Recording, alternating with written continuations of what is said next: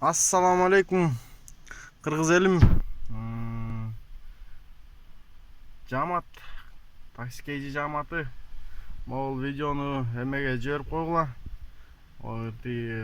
Кабарларга, акыркы кабарларга мынакей бул бияктагы байкебиз. Бияктын документ бүтүргөнү келсем, гражданствосын алганына келиптир бул байке дагычы. Байке, сиз эмнеге гражданство алганга эмне түрткү болду сизге? Бізде про маселесі болуп атат эми основномчу. Мен эми Кыргызстанга барып правамды жоготуп алып анан алайын деп бияка келсем, Кыргызстанда 3 ай 4 айдан бери эле созуп атышат тигилерчи. Анан ошо мен бул жактан келип жаным качайгандан гражданство алсамбы деп жаман аракет кылып атам эми. Бизди чоңдор беш карабас болдубузчу.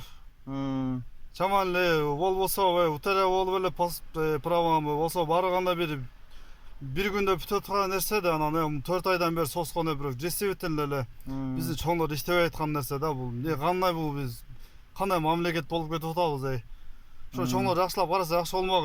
Айла жок болуп атат. Биякта Вукуптагы машталар үчүн күйүп кетип атат 5-6 ай төлөнгөн бойдон калган акчаңа күйүп кетсең, конечно, өзүң 500 миң 500-600 миңге күйүп кетсең, конечно, бир эме кыласың, жарым миллион акча деле чоңдор үчүн эч нерсе эмес болушу мүмкүн. Биз карапайым калк үчүн өтө чоң деген сумма ал. Ошону кичине карап берсе жакшы болмок. Болду байке, мынакей кыргыз өкмөтү угуп аткандар, биздин чоңдор, бийликтегилерге айткым келет.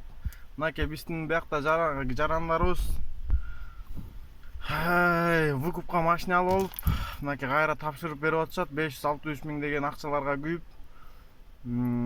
Ошон үчүн кыргыз өкмөтүнө айтарым, эртерээк праваны бергиле, праваны берип баштагыла. Болбосо бияктагылар гражданство алып, уже бияктан праваларды алып, уже бөлөк гражданин России болуп уже өтүп кетип атат.